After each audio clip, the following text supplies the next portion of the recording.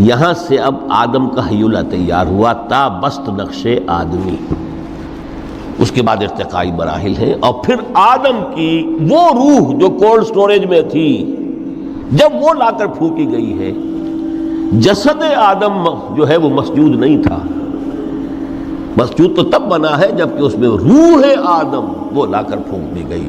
فَإِذَا سَوَّيْتُهُ وَنَفَخْتُ فِيهِ مِن رُوحِي فَقَعُوا لَهُ سَاجِدِينَ۔ یہاں سے حیات دنیاوی کا آغاز ہو گیا۔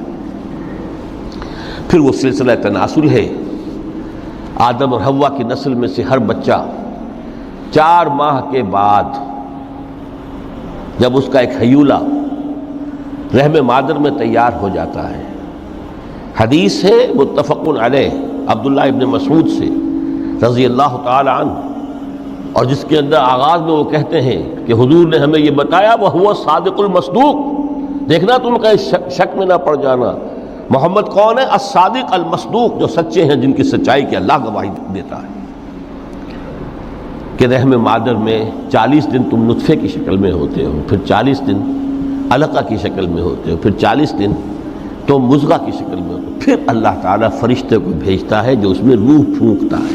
وہی عمل جو آدم کے جسد حیولہ کے ساتھ ہوا تھا، ہر ابن آدم اور بنت آدم کے لیے وہی عمل ہے کہ جو رحم مادر میں 4 مہینے کے بعد دہرایا جاتا ہے۔ یہاں سے حیات دنیاوی شروع ہوئی، پھر موت، یہ دوسری موت ہے۔ اب پہلی موت تو وہ تھی، لیکن دوسری موت یہاں سیپریشن ہو جائے گی۔ جو زمین سے آیا تھا تخلیقی مادہ، وہ جسم میں گیا، جسم زمین میں گیا، گل سڑ کر ختم ہوا۔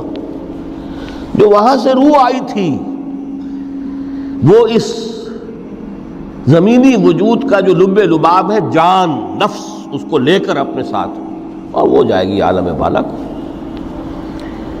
پھر یہ ایک وقفہ ہے، پھر بعث بعد الموت ہے۔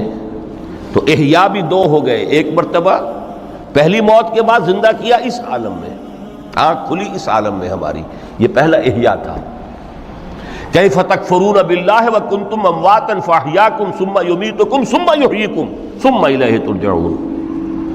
دوسرا احیاء وہ ہوگا قیامت کے دن، بعث بعد الموت، اور پھر اس کے بعد وہ زندگی ابدی زندگی ہے، ہمیشہ کی۔